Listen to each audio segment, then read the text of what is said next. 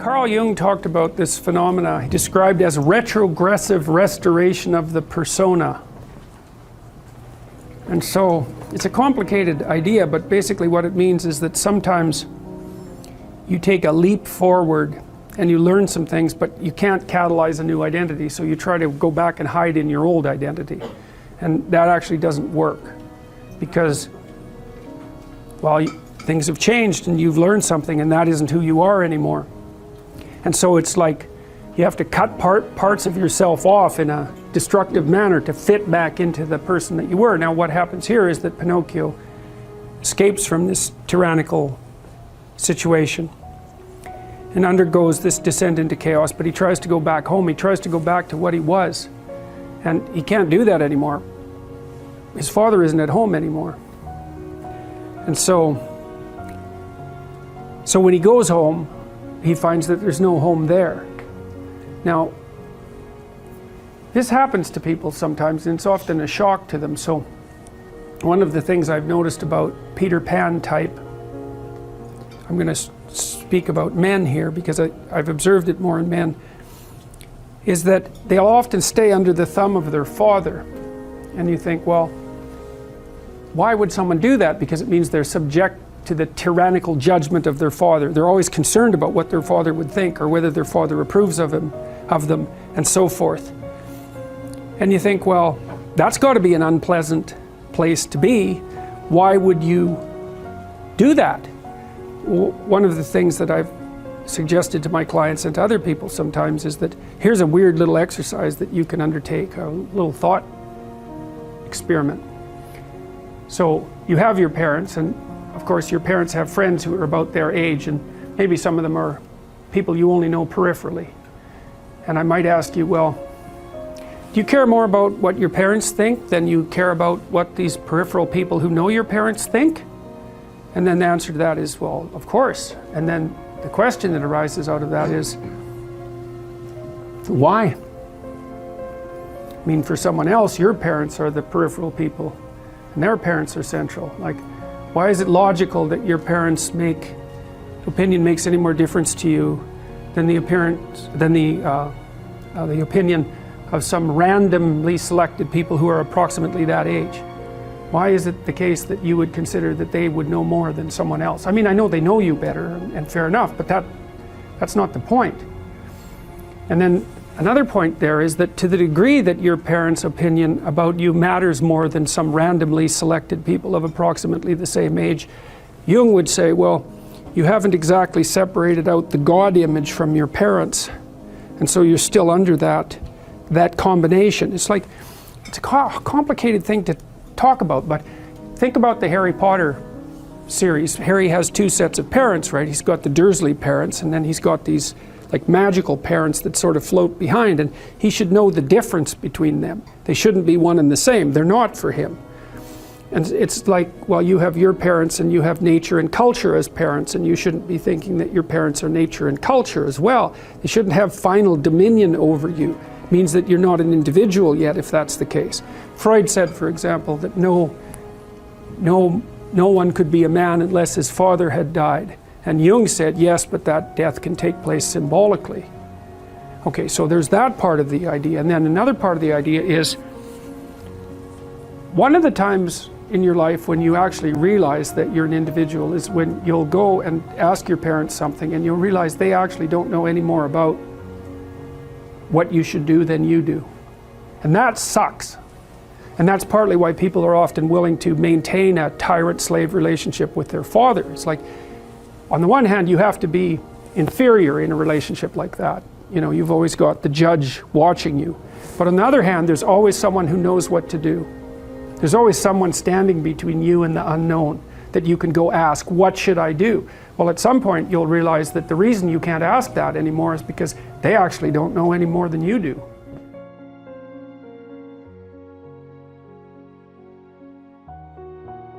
Turns out that the way that we're constructed neurophysiologically is that we don't experience any positive emotion unless we have an aim and we can see ourselves progressing towards that aim.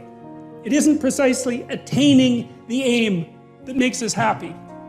As you all know, if you've ever attained anything, because as soon as you attain it, then the whole little game ends. Then you have to come up with another game, right? So it's Sisyphus, and that's okay, but it does show that the attainment can't be the thing that drives you because it collapses the game. That's what happens when you graduate from university. It's like you're king of the mountain for one day, and then you're like surf at Starbucks for the next 5 years, you know? So, yeah.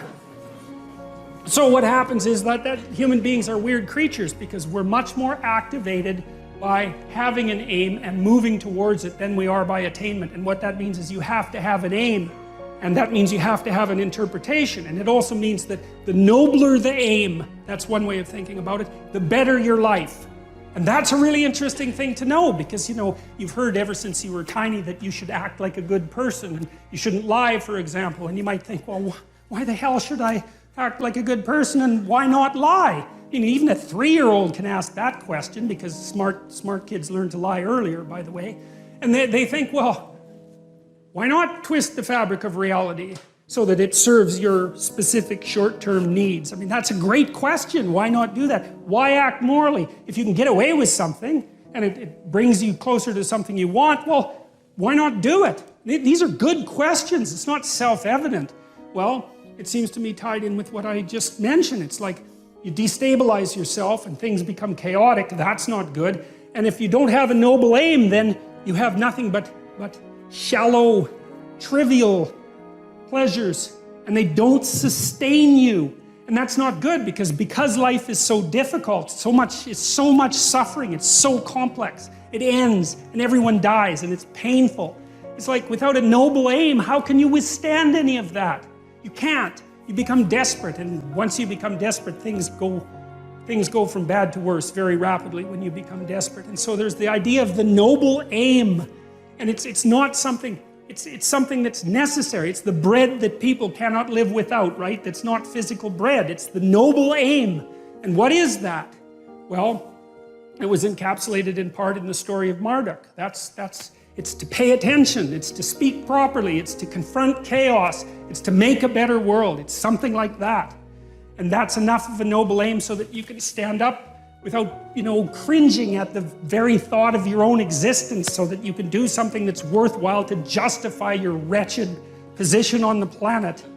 So now the literary issue is that, so look, you take a text, you can interpret it a variety of ways, but that's not right. This is where the postmodernists went wrong, because what you're looking for in a text, and in the world for that matter, is sufficient order and direction. So then we have to think, well, what does sufficient order and direction means? Well, you don't want to suffer so much that your life is unbearable, right? That just seems self-evident. Pain argues for itself. I think of pain as the fundamental reality because no one disputes it, right? I mean, even if you say that you don't believe in pain, it doesn't help when you're in pain. You still believe in it, right? You can't pry it up with logic and rationality. It just stands forth as what the fundament of existence, and that's actually quite useful to know. Say, well, you don't want any more of that than is absolutely necessary. And I think that's self-evident. And then you say, well, wait a minute, it's more complicated than that. You don't want any more of that that's necessary today, but also not tomorrow, and not next week, and not next month, and not next year. So however you act now, better not compromise how you're going to be in a year, because that would just be counterproductive. That's part of the problem with short-term pleasures, right? It's like act in haste, repent at leisure. Everyone knows exactly what that means. So you have to act in a way that works now and tomorrow and next week and next month and so forth. And so you have to take your future self into account.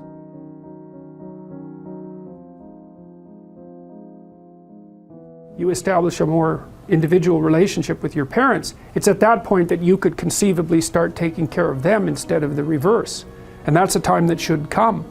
But you have to let that image of perfection go. And that exposes you. Well, that's what happens here. You know, Pinocchio goes home and he wants things to be the way they were, and he wants to stay under the careful care of the benevolent father. But that's no longer possible. He's past that point, and that's why the father has disappeared. And so Geppetto has gone off to look for Pinocchio because he also needs his son, but in any case the house is abandoned. And so then we see inside the house that everything's covered with cobwebs and everything's gone, and Pinocchio and the crickets sit on the steps and they're very concerned. First of all, they wonder where he went, so they're actually concerned that he's gone, but they also don't know what to do because there's just no going home. And so, you know, that's also the case that once you hit a certain point in your development, well, it's the same thing we already talked about. The answers that you're looking for are not going to be found in your parents' house. It's as simple as that. Now, you could artificially maintain your dependency, but, you know, if you do that for too long, things get pretty ugly. So you get pretty stale and you know, you're like bread that's been on the shelf for too long.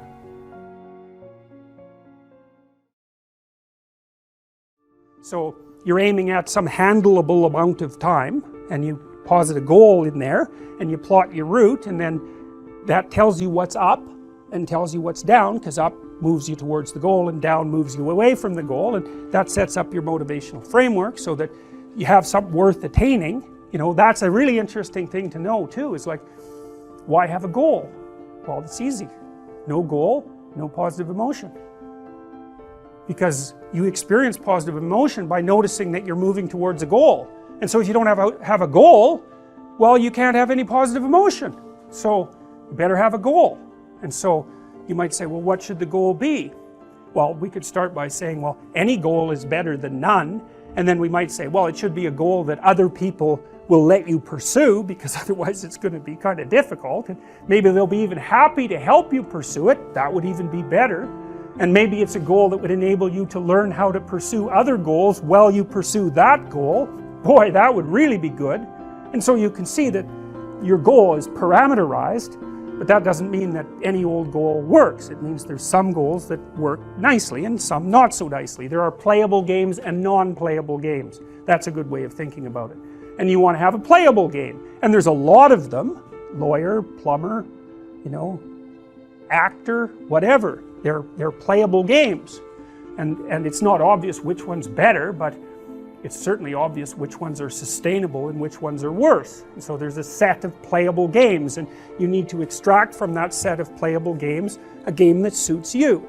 And that would be partly due to your temperament, you know, because extroverted people want to play an extroverted game, and highly neurotic people want to play a safe game, and agreeable people want to play a generous game, and disagreeable people want to play a game that's highly competitive so they can win. And, you know, fine, but they're all within the realm of playable games, and that means they're socially acceptable as well. And so that means it isn't just arbitrary, it isn't just relative what you decide to do. It's heavily parameterized. There's a set of playable games, and it's large. The set is large, but there are commonalities within it, and that's why there are commonalities. That's why morality has a common basis fundamentally. And so that's partly what we're trying to investigate, is like, what's up? What does up mean? What does it mean? Is there such a thing? Now, one thing to remember is that if you don't erect a hierarchical structure with something to aim at, you got no positive motivation, because you experience positive motivation in relationship to a goal, not from attaining the goal. That's satisfaction. And besides, it's fleeting. You know perfectly well, you graduate from university, poof, next day you have a problem, which is, what do you do next? And that's a tough problem. It's not like you've solved your problems by winning that game.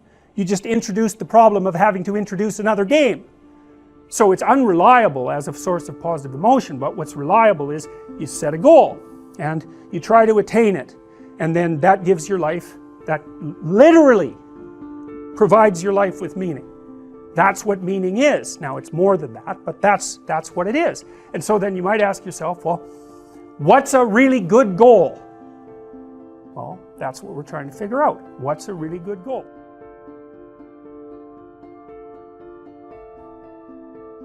So anyways, you've got this little frame. You're somewhere, and it's not good enough, and you're going somewhere else that's going to be better. And what better depends upon is the state of these underlying biological systems, and then more complexly, as those biological systems get integrated into a personality and into the social world, then the frame and the goal is going to be dependent on that more complex hierarchical organization. So you're not in here because you're hungry. You're in here because if you get a degree, maybe you don't ever have to be hungry. So the hunger is properly incorporated into your, you don't want to be cold, you don't want to freeze to death in the winter, you don't want to be on the street. You know, so your higher order goals are long-term, socially negotiated solutions to the problems that are implicit in your being. That might be one way of thinking about it. So and the micro elements of this, so you could say I'm hungry, that's a physiological state and a conception. I have a vision of how I'm going to solve that, but then, and that's an abstraction. But what you do to transform point A into point B is not an abstraction. You act. You know, so if you're hungry, you actually move your body, say down from the second floor into the kitchen, and you arrange things so that there's transformations in the world. And that's a good way of thinking about the relationship between the mind and the body. Your hypothetical solution to your problem, that's the mind.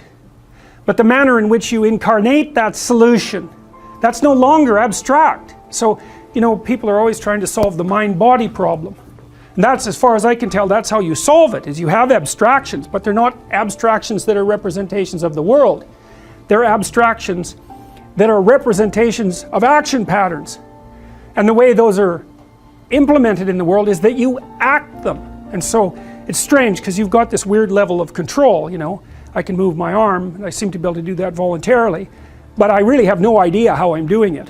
Like, I don't have conscious access exactly to the musculature, except technically, and I certainly have no idea what I'm doing chemically to make those muscles transform. But my abstractions ground out in this movement, and I can observe the movement and modify it, but I have no conscious access whatsoever to the micro processes that are making that possible. I have no idea why that is. Probably because I'm not smart enough. That would be my guess, right? Is you're only going to, evolution is only going to allow your mind to control those elements of your being that you're smart enough to control. And so you don't get voluntary control over your heartbeat, for example, because you'd just forget, and then you'd be wandering around, and then you'd forget to beat your heart, and bang, you'd be dead. So you don't get to do that.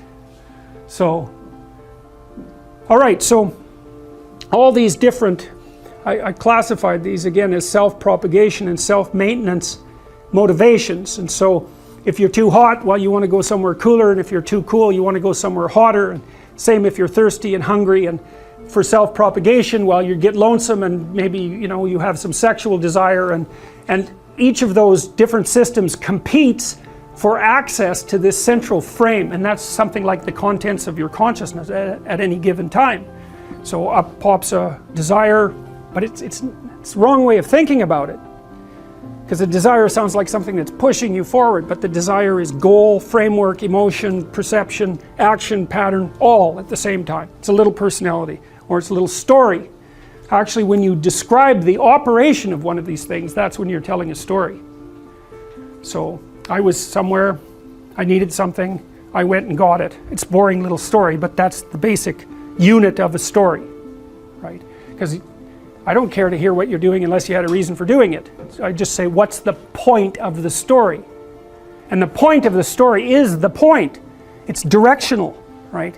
It says, I went from here to there, that's the point. Here's how I did it, that's the point. And you're interested in that because maybe you want to know how to do it too. And you won't have to struggle through it like I did, you could just listen.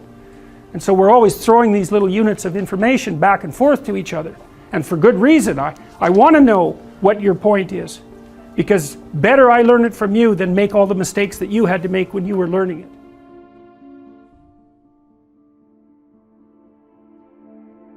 There's Jiminy Cricket at the opening of the Pinocchio movie, pointing to a star, which is roughly the nativity star for all intents and purposes, and it's a symbolic indicator of something diamond-like and pure, right, glimmering in the darkness, that's transcendent and above the horizon, upon which to fix your eyes. And so and the thing is, you need that technically, and the reason you need that is because we know enough about psychology now to know that almost all of the positive emotion that you're going to experience in your life And positive emotion is analgesic, by the way, right? It actually quells pain. So it's not just positive, it also gets rid of negative, which is a big plus. Almost all the positive emotion that you're going to feel in relationship to a goal. Because you feel positive emotion as you approach a goal. And so if you want to feel positive emotion, then you need a goal. And then you might think, well, if you want to maximize that positive emotion, which is enthusiasm and also what pulls you out into the world as well as feeling good, then you need the best possible goal. Well, because that's going to engage the largest segments of your being. Like if your goal is too narrow, then a bunch of you isn't going to be on board for it, you know? If the goal is well developed and multifaceted, then all of you can partake in that. Even your negative elements, even your anger and your fear can get on board with that, let's say. So you need a goal, man, that's worthy. You got to think, you need a goal that justifies the tragedy and malevolence of life. That seems to be the bottom line. Now, maybe you think, well, there's no goal that can do that. It's like, well, there are still better and worse goals. So, and I'm not convinced that there are no goals that can do that. I think that's an open question. You'd never know that until you pursued the proper goal long enough to find out who you would be as a consequence of pursuing it. So that's also your destiny or your existential voyage, right? It's also not something that anyone else can do for you. Someone can say, get your act together for Christ's sake and get at it. That'll make the world unfold best for you, but there's no way you can know that without doing it.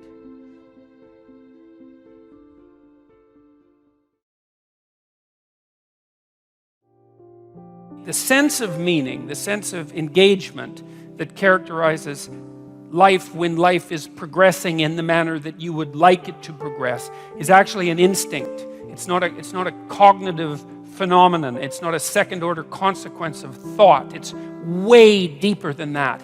It's an extraordinarily profound instinct. And so that's really worth thinking about, assuming, you know, as you might, that we're adapted creatures and that our instincts guide us in the world so that we can survive and so that we can reproduce and so that we can exist over long periods of time. The fact that an instinct of that depth exists and that it's associated with the sense of vital engagement in being, let's say, is a good indication, as good an indication as there is, that there's something truly real about it. And I would say that might even be more important than the knowledge of the role that the serotonin system plays in adjudicating hierarchical position. Because, you know, we tend to think of meaning as something that people create as a secondary consequence through thinking or through philosophy or something like that. And when we think that, it's easy to criticize it. It's easy to become cynical about it. It's easy to lose faith in it. But when you understand that it actually is a much deeper phenomenon than that, and that the cognitive elements, the philosophical elements, are sort of like, well, they're like the fronds on the top of the pond on a plant system that has unbelievably deep roots that go way down into the water. There's something about that that's much firmer and more solid. And I think the evidence that meaning is an instinct, a deep, deep instinct, is overwhelming. Do what is meaningful, not what is expedient. Because meaning is an instinct. And meaning is the instinct that guides you in life across the totality of life, right? What's expedient, that's what you might want to do right now in an impulsive sense, right? Because you're driven forward by, anger or anxiety or frustration or disappointment or despair, some sort of one-eyed motivational monster that's got you in its grip that really isn't considering everything at once, right? Like considering your life tomorrow or your life next week or your family's life or maybe even your well-being half an hour from now, you know, because you lash out in anger, and you can, you know, people do that. It's understandable. Sometimes it's even necessary, but it's not wise generally. And the instinct for meaning seems to be a consequence of the integration of all of those underlying motivations and emotions with social being, and then the manifestation of something like the proper pathway forward. And you need that because you need to know how to move forward in life, because you need to move forward in life. You need to act in life. And the other thing that's, I suppose, part and parcel of, let's say, 12 rules for life is the insistence upon action as of primary import. We're not fundamentally creatures who passively perceive the objective world. That's not the goal of our perceptual systems. It's not the goal of our memory. The reason that you have memories isn't to remember the past. The reason you have memories is so that if something bad happened to you in the past, you can figure out what it was that was bad, and you can figure out why it happened, and then you can not do it again in the future, right? It's very practical, and it's the same on the positive end of the spectrum. If good things happened to you in the past, then conceivably duplicating whatever you did to get those good things to happen could have them happen again in the future. So it's practical memory, and it's oriented towards action, and it's oriented towards like the quality of your life. You've seen bullseyes, classical arrow, archery bullseyes. I think they're red in the middle usually, right? And then there's a variety of colored circles around them. Maybe the whole bullseye is this big, and you're supposed to hit the bullseye, but the closer you get to the center, the better. But at least you could hit part of it. That would be good, And you're supposed to stand back and pull your arrow back and aim. And that's an acting out of something. It's an acting out of the necessity of having an aim and taking your best shot, right? That's what makes it a sport. Now, and if you think about that, most of our sports are like that, right? Soccer's like that, rugby's like that, basketball's like that, hockey's like that. Almost all team sports involve some sort of projectile going to some sort of target. And usually people organize themselves into hierarchies, 2 of them, because there's 2 teams, and then they compete and cooperate to get the projectile in the target. And for some reason, we think that's really cool, right? Well, look, it's worth thinking through deeply. It's like you'll spend a lot of money on that opportunity. People will spend a fortune to go sit in an arena like a long way away from the action, and there's these guys out there, and they're tough and they're fast, and they're fighting with this little black frozen disc, and they're trying to get it in a net while someone is trying to stop. It's completely bloody absurd, and yet people are thrilled about it. They're thrilled, and they'll pay for it, right? They don't have to be dragged there kicking and screaming. Like, they line up. It's, oh God, a hockey game. Thank God. And they'll wear the jerseys. It's like, and then, some character who's put in his 10,000 hours does his beautiful move and puts in a goal in some manner that's like technically impossible, and everybody leaps to their feet and they just have a fit of joy. And you think, what in the world is going on with that?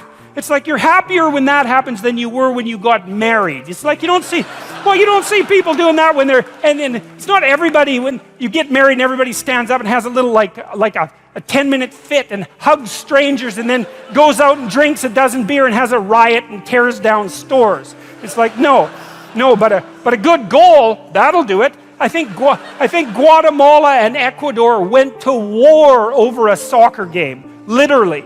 So, and let's not assume we're so stupid, even though we are. Let's not assume it. There's something behind this. It's like, we really like to see people take careful aim and hit the target. And we really like to see them cooperate and compete in an expert manner to do that. And we really like to see them do that in a way that stretches their ability beyond what we would normally be able to see, right? Because it's nice to go to a competent display of athletics, but now and then you see these like soccer goals on YouTube where these crazy characters, they flip around in the air and they're like 8 feet off the ground, completely backwards, and they kick the ball 4 feet to the side of the goalie. It's just impossible. Like they're 100 yards away and it's perfect. And you think, right on.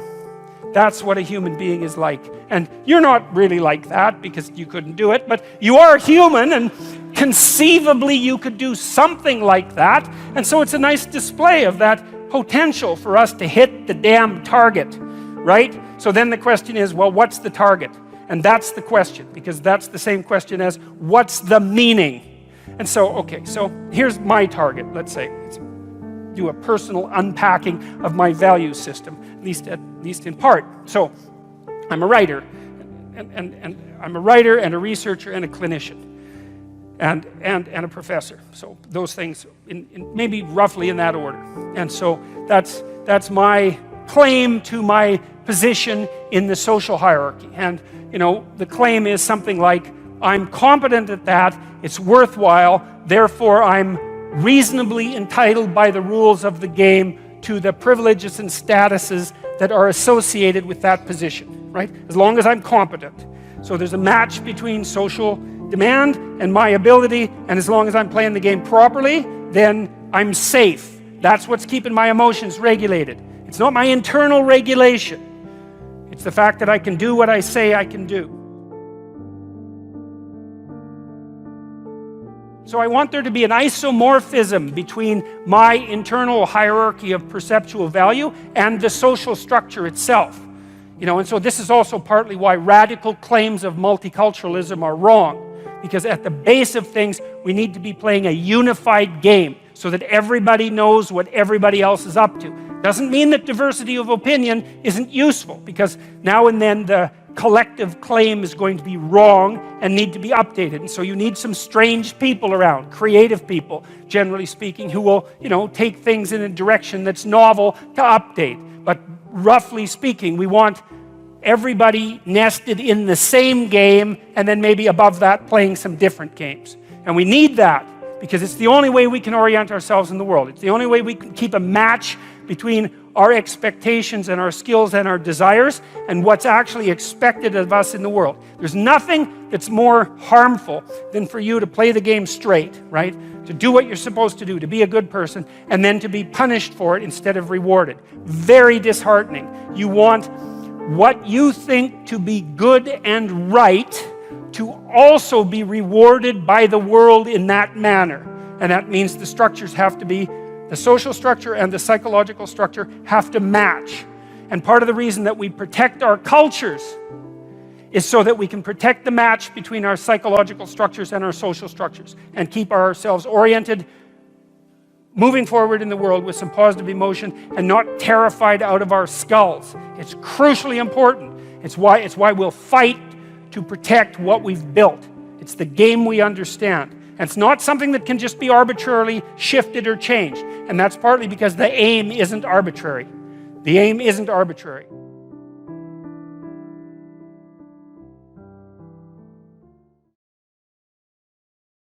And he basically said, most people have problems in living, they don't have psychological problems. And so I've experienced, despite my love for the psychoanalysts, very frequently what I'm doing as a therapist is helping people have a life that would work.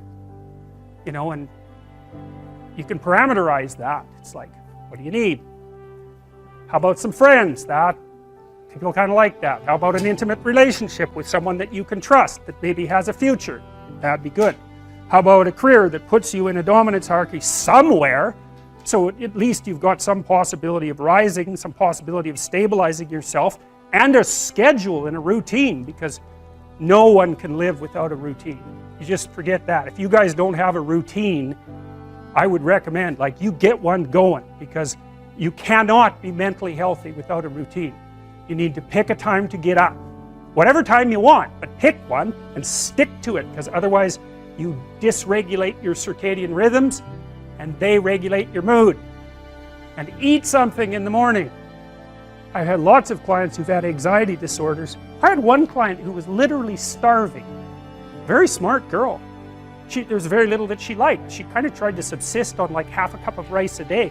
She came to me and said, I have no energy. I come home, all I want to do is watch the same movie over and over. What, like, is that weird? And I thought, well, it depends on how hard you work. You know, it's a little weird, but whatever. It's familiar. You're looking for comfort. So I did an analysis of her diet. It's like 3/4 of a cup of rice. It's like, you're starving. Eat something. You know, you'll feel better. So she modified her diet, and all her anxiety went away, and she had some energy. It's like, yeah, you gotta eat. So a schedule, that's a good thing, man. Your brain will thank you for it. It will stabilize your nervous system. With a bit of a plan, that's a good thing. You need a career, you need something productive to do with your time. You need to regulate your use of drugs and alcohol, most particularly alcohol, because that does in a lot of people. You need a family, like the family you have, your parents and all that. It'd be nice if you all got along, you could work on that, that's a good thing to work on. And then, you know, you probably need children at some point, and that's life. That's what life is. And if you're missing, you know, you may have a good reason to not be operating on one of those dimensions. It's not mandatory, but I can tell you that if you're not operating reasonably well on 4, I think I mentioned 6, if you're not operating reasonably well on at least 3 of them, there's no way you're going to be psychologically thriving. And that's more pragmatic in some sense than psychological, right? Human beings have a nature, there's things we need. And if we have them, well, that's good. And if we don't have them, well, then we feel the lack. And so behaviorists, behavioral psychologists concentrate a lot more on that sort of thing. You know, it's practical. It's like strategizing. Make a career plan. Figure out how to negotiate, because that's bloody important. Figure out how to say what you need. Figure out how to tell the truth to people. Figure out how to listen to your partner in particular, because if you listen to them, they will actually tell you what they want, and sometimes you can give it to them and maybe they'll return the favor. And if you practice that for like 15 years, well, then maybe you're constantly giving each other what you want. Well, hooray, that would be good. And then there's 2 of you under both circumstances, and it's better to have 2 brains than 1, because people think differently because of their temperament mostly. And so the negotiation is where the wisdom arises, and it's part of the transformation, the psychological transformation that's attendant on an intimate relationship, and one of the fundamental purposes of a long-term intimate relationship.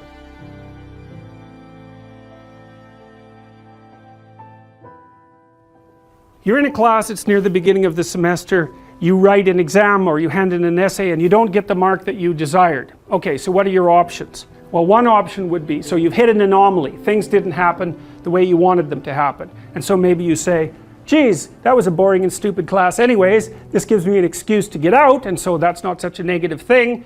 Or you think, oh, well, I really better buckle down and study, and you decide to stay in the class. So basically what you've done is maintained your framework. I'm going to work through this class, but you've decided to modify some of the subroutines that make up that frame. You say, well, I should study more next time, or I have to prioritize this class compared to other classes. So it's a micro alteration within the overarching framework. But another thing you can do is say, to hell with the class, I'll just drop it. And so the advantage to that is problem gone. The disadvantage is, well, now you have a different problem, which is, okay, fine, you drop the class, do you have another class that you can replace it with? Is that a good way of dealing with a micro failure, you know, to move up a level of analysis and throw out the whole frame? Because you could also say, well, maybe I should just drop out of university and maybe I should go hang myself, you know. Well, it's the same line of logic, it's just taken up to a higher degree of abstraction. And so, generally speaking, you don't want to solve a problem by moving up a level and wiping out the frame within which the problem was experienced. You want to do that carefully, because in principle, the frame that you were working within you'd already assigned value to it and worked at it. You've already invested in it. It's a big sacrifice to blow out the whole frame. Now, sometimes you can do it. So anyways, what happens is, well, you get the bad grade and you're upset about it, and so you've been plunged from your happy, satiated state, let's say, into a state of relative chaos. And the chaos is, oh, I hit an obstacle, I didn't expect it, and now I don't know what to do. And so what does it mean to not know what to do? Well, it can mean I need to study harder. It can mean I should drop this course. It can mean I should major in a different subject. It could mean maybe I shouldn't be in university. It could mean maybe my future plans have been formulated badly. It can mean my future plans have been formulated badly because I don't understand myself very well and I've been telling lies about my past, right? The thing can really expand on you. And that's what the chaotic domain is. That's the re-manifestation of those things that you had considered irrelevant, right? Because when you go to pick up the exam, you've got your identity as a competent student intact. You're not questioning whether you should be in the course or whether you should be in that major or whether you should be in university. None of that. That's all in the implicitly accepted category.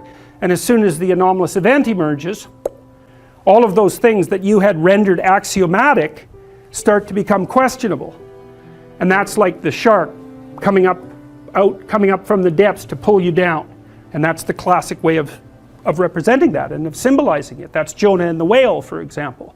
So it's something is manifests itself from the deep unknown and pulls you under, like an alligator at a water hole, which is, I'm sure, one of the sources from which we derived that particular kind of mythological representation. Because you can imagine that when we were on the veldt, after living on trees, we had to go down to the damn water holes, and you've watched enough nature programs to know what a Nile crocodile can do to a water buffalo. It's not pretty.